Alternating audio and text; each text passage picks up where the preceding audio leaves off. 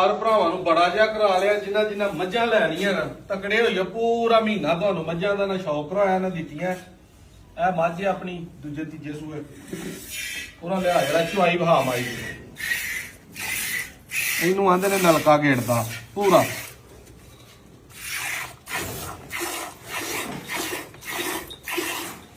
ਪੂਰਾ ਟਿਊਬਲ ਜਿਹਨੂੰ ਆਖੀਦਾ ਨਾ ਉਹ ਚੱਲਦਾ।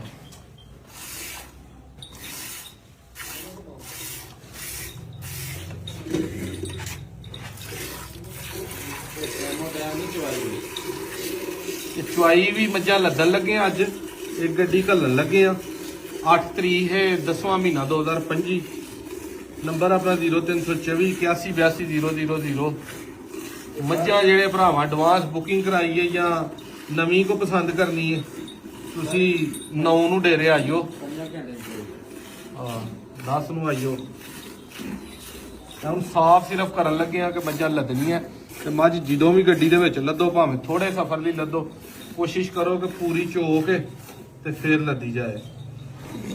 ਇਹਨਾਂ ਥਣਾ ਦੀ ਯਾਰ ਚੁਆਈ ਨੇੜੇ ਲਿਆ ਕੇ ਜਰਾ ਵਹਾ ਉੱਤੇ।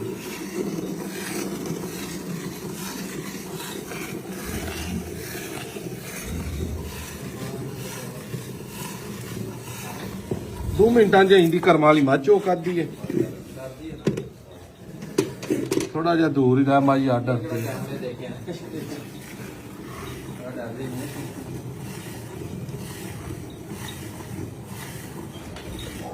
ਬਾਈ ਦੀਆਂ ਅੱਖਾਂ ਵਹਾ ਦੋਵੇਂ ਹਨੇਰੇ ਦੇ ਵਿੱਚ ਵੀ ਵੇਖੋ ਤੇ ਬਲਬ ਆਇਆ ਬੱਚਾ ਏ ਚਵਾਈ ਕਰਦੇ ਆ ਬਹੁਤ ਜਦੋਂ ਵੀ ਅੱਖਾਂ ਵਹਾਣੀਆਂ ਪਿਛਾ ਹੋ ਕੇ ਵਹਾਣੀਆਂ। ਇੱਥੇ ਕਮੈਂਟਾਂ 'ਚ ਲੈਣ ਲੱਗ ਜਾਣੀਆਂ ਵੀ ਪਰ ਕੈਮਰਾ ਕਰਕੇ ਪਾਣੀ ਪੈ ਗਿਆ। ਹਲਾ ਪਾਣੀ ਪਾਣ ਦੀ ਕੀ ਲੋੜ ਹੈ ਤਾਜ਼ੀ ਮਾਈ ਸੂਈ ਹੈ ਬੋਲਾ। ਲੇਕਿਨ ਜਿਹੜੇ ਵੀ ਭਰਾ ਨੂੰ ਇਹ ਦੇਾਂਗੇ ਨਾ ਮੱਝ ਪੱਕੀ ਉਮੀਦ ਹੈ ਕਿ ਮੱਝ 15-16 ਕਿਲੋ ਦਾ ਭਾੜਾ ਆਰਾਮ ਨਾਲ ਪਈ ਪੜੇਗੀ। ਬੱਚੇ ਨੂੰ ਡਾਕਟਰ ਛੱਡ ਦੇ ਫਲਾ ਬੱਚੇ ਰੱਜੇ ਬੱਚਾ 5 ਘੰਟਿਆਂ ਦੀ ਹੈ 5 ਘੰਟੇ ਯਾਰ 8-8:30 ਵਜੇ ਦੇ ਜਾਂਦਾ। ਤਿੰਨ ਦਾ ਟਾਈਮ ਹੈ। ਕੱਦ ਛੱਦ ਮਾਈ ਦਾ ਵਹਾ ਦੇਣਾ ਤਸੱਲੀ ਨਾਲ। ਚਮੜੀ ਸਾਰਾ ਹਿਸਾਬ ਐ ਫੁੱਲ ਬਰੀਕ।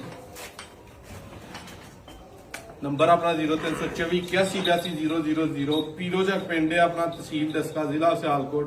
ਜਿਹੜੇ ਕਿਸੇ ਭਰਾ ਮੱਝ ਲੈਣੀ ਹੈ 9 ਨੂੰ 10 ਨੂੰ 11 ਨੂੰ 12 ਨੂੰ 3-4 ਦਿਨ ਅੱਗੋਂ ਡੇਰੇ ਤੇ ਮੱਝਾਂ ਮੌਜੂਦ ਨੇ ਆ ਸਕਦੇ ਹੋ ਰਾਬਤਾ ਕਰਕੇ। ਇਹ ਵੀ ਮੱਝ ਲਈ ਹੈ ਚੋਲ ਲੱਗਿਆ ਵੀ ਪਹਿਲਾਂ ਨੇ ਮੂੰਹ ਦੋਂਦੀ ਚੌਗੀ ਹੈ ਠੀਕ ਹੈ। ਇਹਦੀ ਨੂੰ ਚੁਆਈ ਕਰਨ ਲੱਗੇ ਆ ਬੌਲੇ ਦੇ ਵਿੱਚ ਇਹਨੇ ਠੀਕ ਹੈ। ਉਹਨਾਂ ਲਿਆ